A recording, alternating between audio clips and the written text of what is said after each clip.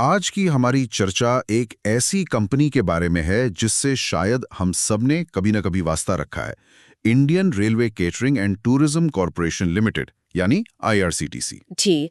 और हमारे पास इसकी Q2 FY26 नतीजों पर हुई कॉन्फ्रेंस कॉल का ट्रांसक्रिप्ट है जो 13 नवंबर 2025 को हुई थी। और ये कोई साधारण दस्तावेज नहीं है ना? ये तो सीधे कंपनी के टॉप मैनेजमेंट की सोच को समझने का एक जरिया है। बिल्कुल। इसमें कंपनी के चेयरमैन और मैनेजिंग डायरेक्टर श्री संजय कुमार जैन खुद बता रहे हैं कि कंपनी कहाँ जा रही है, उनकी सोच क्या है। सही बात। तो हमारा मिशन है इस कॉन्फ्रेंस कॉल के पन्नों को पलटना और आंकड़ों के पीछे की कहानी को समझना। हमें जानने की कोशिश करेंगे कि ये सरकारी महारथी अब एक टेक कंपनी की तरह क्यों सोचना चाहता है। हाँ, यह एक बहुत दिलचस्प एंगल है। तो हम पहले कंपनी के ओवरऑल वित्तीय प्रदर्शन को देखेंगे, फिर इसके अलग अलग वर्टिकल्स टिकटिंग, खाना पीना, घूमना फिरना और रेल नीर में गोता लगाएंगे। और अंत में इसकी भविष्य की 2 बड़ी योजनाओं पर बात करेंगे जो सच में गेम चेंजर हो सकती हैं। चलिए फिर शुरू करते हैं। चलिए, यह विश्लेषण हमें बताएगा कि भारत की सबसे बड़ी हॉस्पिटैलिटी और टिकटिंग कंपनियों में से एक की मशीनरी आखिर चलती कैसे है। तो चलिए सीधे मुद्दे पर आते हैं और देखते हैं कि कंपनी की तिजोरी में क्या चल रहा है।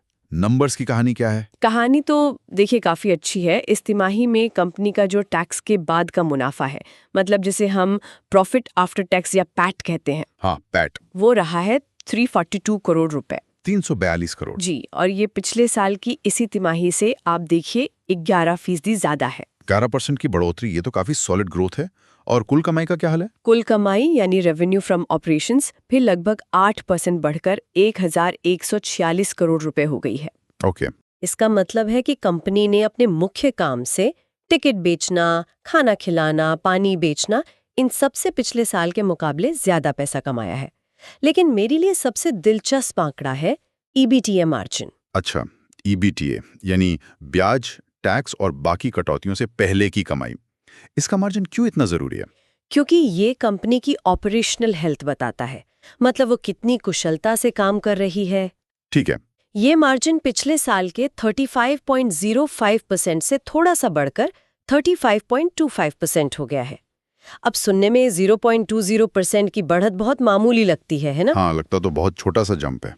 लेकिन जब आप 1000 करोड़ के स्केल पर काम कर रहे हो तो ये मामूली बढ़त भी बताती है कि कंपनी अपने खर्चों पर बहुत सख्ती से नियंत्रण कर रही है और हर छोटे बड़े ऑपरेशन को ज्यादा कुशल बना रही है। अच्छा। और जैसा कि मैनेजमेंट ने कॉल में जोर देकर कहा, ये किसी एक सेगमेंट के कमाल से नहीं हुआ है, बल्कि सभी चारों वर्टिकल्स ने मिलकर ये संतुलित प्रदर्शन दिया है। ये एक बहुत मजबूत कारोबारी मॉडल का संकेत है। समझ गया।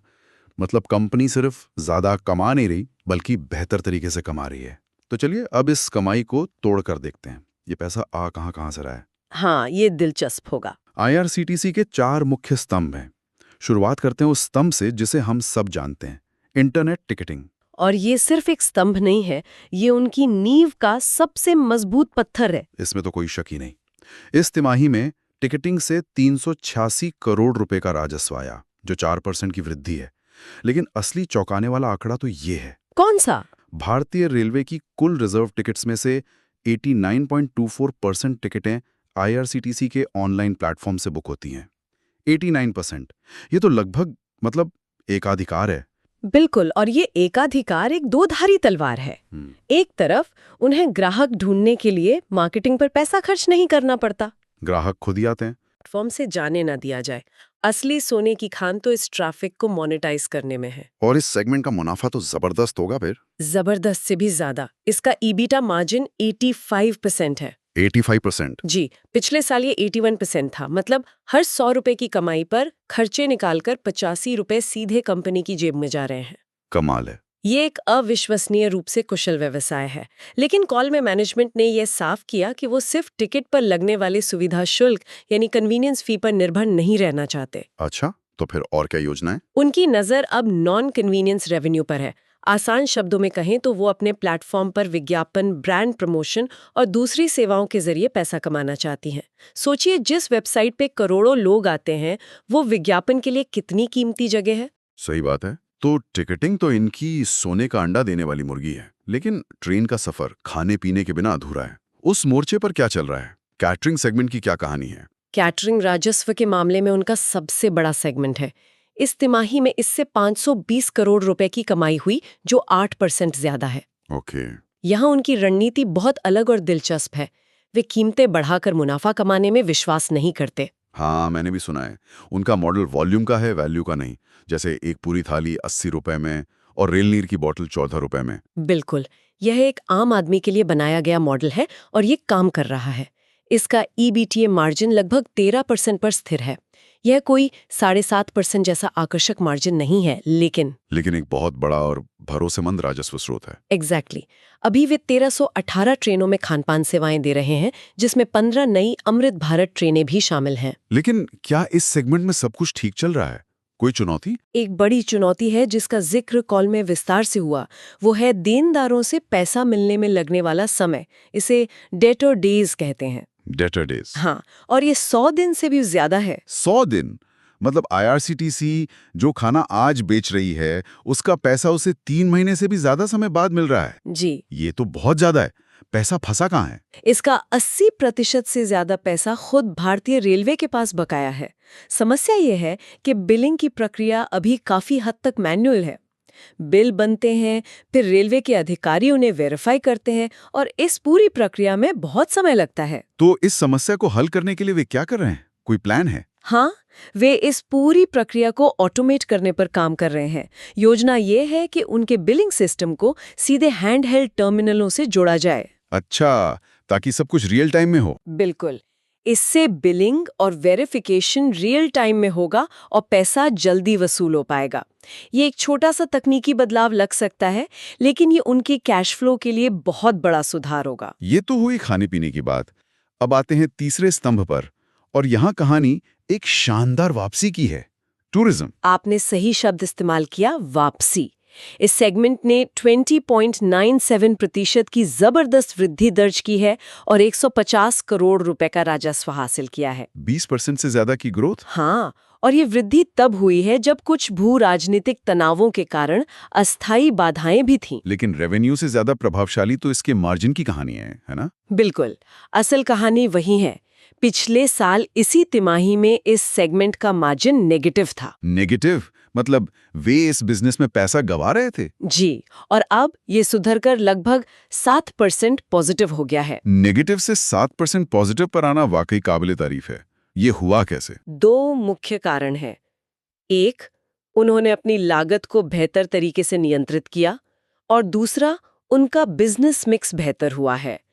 इसमें भारत गौरव ट्रेनों और लग्जरी महाराजा एक्सप्रेस की सफलता का बड़ा हाथ है। महाराजा एक्सप्रेस? हाँ, मैनेजमेंट ने बताया कि महाराजा एक्सप्रेस की बुकिंग अगले साल के लिए भी बहुत अच्छी चल रही है। इसका तो नाम ही काफी है। मैंने सुना है इसका टिकट लाखों में होता है। जी हाँ, ये दुनिया की सबसे महंगी ट्रेनों में से एक है।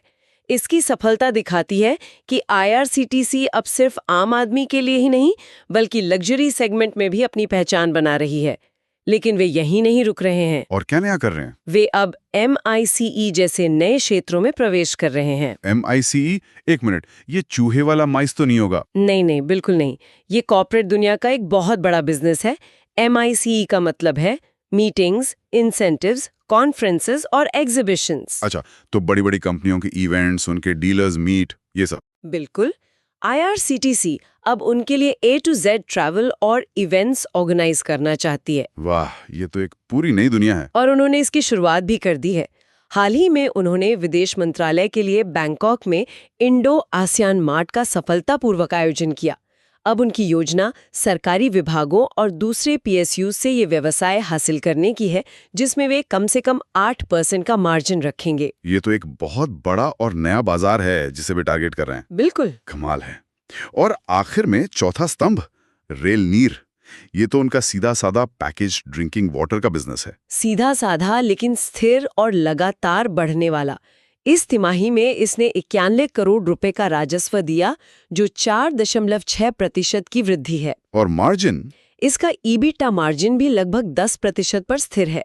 लेकिन यहाँ देखने वाली चीज है उनकी भविष्य की विस्तार योजनाएं। अच्छा, क्या योजनाएं हैं? वे अपनी उत्पादन क्षमता को कई गुना बढ़ाने जा रहे हैं। बिलासपुर का प्लांट, जो कुछ समय से बंद था, जल्द ही फिर से शुरू होगा, जिससे हर दिन 72,000 बोतलें ज्यादा बनेंगी। ओके। दानापुर और अंबरनाथ के प्लांट की क्षमता को 1 लाख से बढ़ाकर 3 लाख बोतलें प्रतिदिन किया जा रहा है। और सबसे बड़ी बात, वे देश भर में 4 और नए प्लांट लगाने की योजना बना रहे हैं। 4 नए प्लांट? जी, ये दिखाता है कि वे इस सेगमेंट में अपनी पकड़ और मजबूत करके बाजार पर पूरी तरह छा जाना चाहते हैं। तो कुल मिलाकर चारों स्तंभ मजबूती से खड़े हैं और बढ़ रहे हैं।